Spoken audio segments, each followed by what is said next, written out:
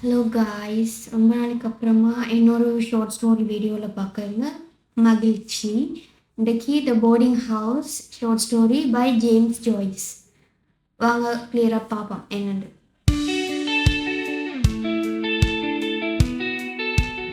Okay, இப்போ நாங்கள் இந்த ஸ்டோரியை எழுதினவர் பற்றி பார்க்க போகிறோம். James Joyce. இவரோட full name James Austin Aloysius Joyce.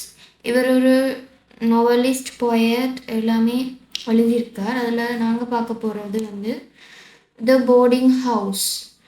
இந்த போர்டிங் ஹவுஸ் இந்த ஷார்ட் ஸ்டோரி அந்த புக்கில் இருந்து an anthology of English poetry and prose இந்த புக்கில் தான் நான் வாச்சினேன்.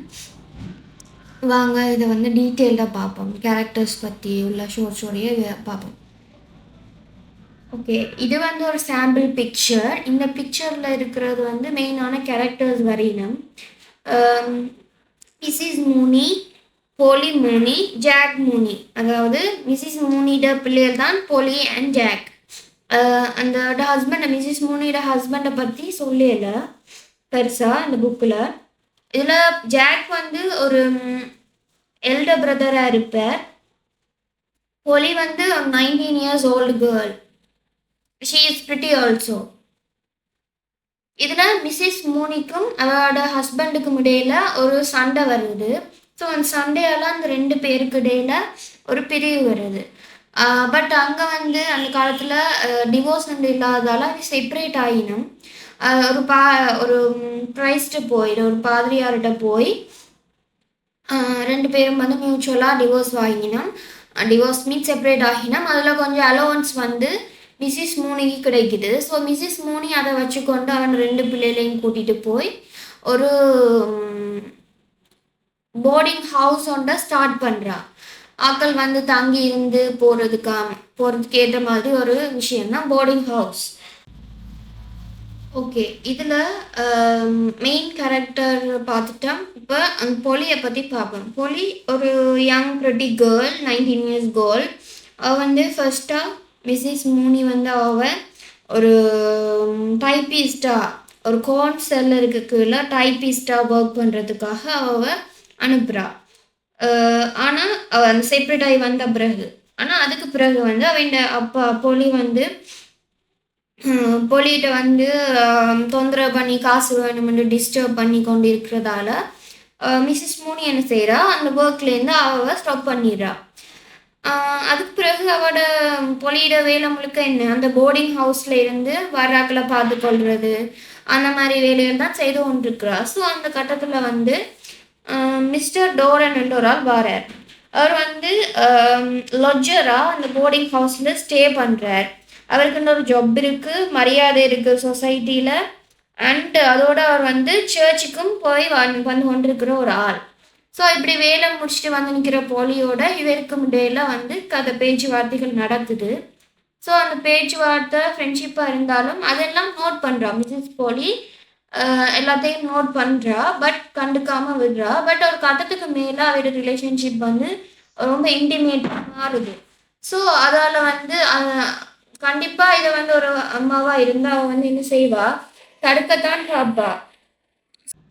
அதுக்கு பிறகு இவ என்ன செய்கிறா, தனியாக மிஸ்டர் டோரனை கூப்பிட்டு இப்படி can you marry my daughter என்று சொல்லி பொறுமையாக வந்து கேட்குறா, நீங்கள் இந்த மகளை வந்து மேரேஜ் பண்ணிக்கிறீங்களா சொல்லி கேட்க. பட் அவருக்கு வந்து அந்த மைண்ட் செட் இல்லை. Mister டோரன் just use it draw மாதிரி பொலியை வந்து தனக்கு ஏற்ற மாதிரி யூஸ் பண்ணிவிட்டு விட்டுட்டு போகலாம்னு பார்க்குறார். பட் ஆனால் அவருக்கு ஒரு பயம் வந்துட்டு, இப்போ சொசைட்டியில் அவருக்கு ஒரு ரெப்யூட்டேஷன் இருக்குது, அது வெளியில் போனால் அந்த ரெப்யூட்டேஷன் போயிடும். மற்றது பொலியோட அண்ணா ஜாக் வந்து ஒரு கேம்பிள்ஸ் பண்ணுற ஒரு ஆள், மற்ற ஃபைட் பண்ணக்கூடிய ஒரு ஆள். ஸோ அந்த பயமும் இருக்குது. ஸோ அவர் வந்து சொசைட்டிக்காகவும் இந்த ஜாக்குக்காகவும் வந்து முடிவெடுக்க முடியாத ஒரு சிச்சுவேஷனில் இருக்கிறார். அதுக்கான அர்த்தம் வந்து உண்மையாகவே அவர் உண்மையாக பொலியை வந்து மனசார வந்து அவர் அந்த விஷயத்துங்களை வந்து கண்டிப்பாக நான் பொலியை வெட்டிங் பண்ணி கொள்ளுவேன்ன்றதை யோசித்து அவர் செய்யலை. அப்படி செய்திருந்தாருன்னா அவர் சொசைட்டியை பற்றி பயப்பட வேண்டிய அவசியம் இல்லை. டிரெக்டாக அவர் போய் மிஸ்டர் மூனிகிட்ட எல்லாமே சொல்லியிருக்கலாம், நான் அவங்கள மகளை விரும்புகிறேன் அப்படின்னு சொல்லியிருக்கலாம். பட் இது ஒரு வந்து என்னது, தவறான ரிலேஷன்ஷிப்பாக இருந்தபடியால் மேபி அது வந்து பொடிக்கு நாட் அவேராக இருந்திருக்காரு பிகாஸ் அவ ஒரு young girl 19 years girl. But டோரன் வந்து லாஸ்ட்டாக டோரன் வந்து டிரெக்டாக மிஸ்ஸஸ் மோனி டோரன்ட்ட கன்வர்சேஷன் மேக் பண்ணுற மாதிரி காட்டல புக்கில். பட் லாஸ்ட்டாக ஜேம்ஸ் ஜாய்ஸ் என்ன சொல்ல வர, டோரனுக்கும் பொலிக்கும் வெட்டிங் ஆயிச்சான்னு கூட சொல்லல, ஆயிச்சான்னு சொல்லல. இந்த ஸ்டோரியில் வந்து சொசைட்டி ஒரு மனுஷனை எப்படி ட்ராப் பண்ணுது என்று சிம்பிளாக சொல்லியிருக்காரு. அவ்வளோதான். அதோட மெயின் தீம்ஸ் இப்போ நாங்கள் பார்ப்போம் என்னண்டு. First one social pressure and reputation. Next one power and control. Third one women's limited choices. இதில் Polly young silent obedient girl but she can take her own decision, அதை பற்றி சொல்லியிருக்கார்.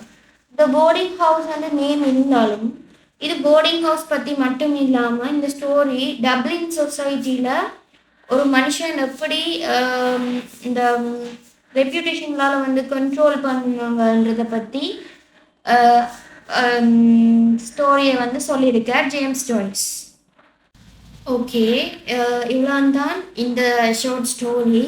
ஹோப் உங்கள் எல்லாருக்கும் விளங்கியிருக்கும்னு நினைக்கிறேன். பிகாஸ் நான் இந்த ஸ்டோரியை வாசித்து எனக்கு என்ன விளங்கியிருக்குன்றதை உங்களுக்கு சொல்லியிருக்கிறேன். அதோட நெக்ஸ்ட் வீடியோவில் ஸ்ரீலங்கன் போயட்ஸில் போயம் இருக்குது, அந்த போயத்தில் ஏதாவது ஒன்று உங்களுக்கு சொல்ல ட்ரை பண்ணுறேன். ஓகே, தேங்க்யூ ஃபார் வாட்சிங் this.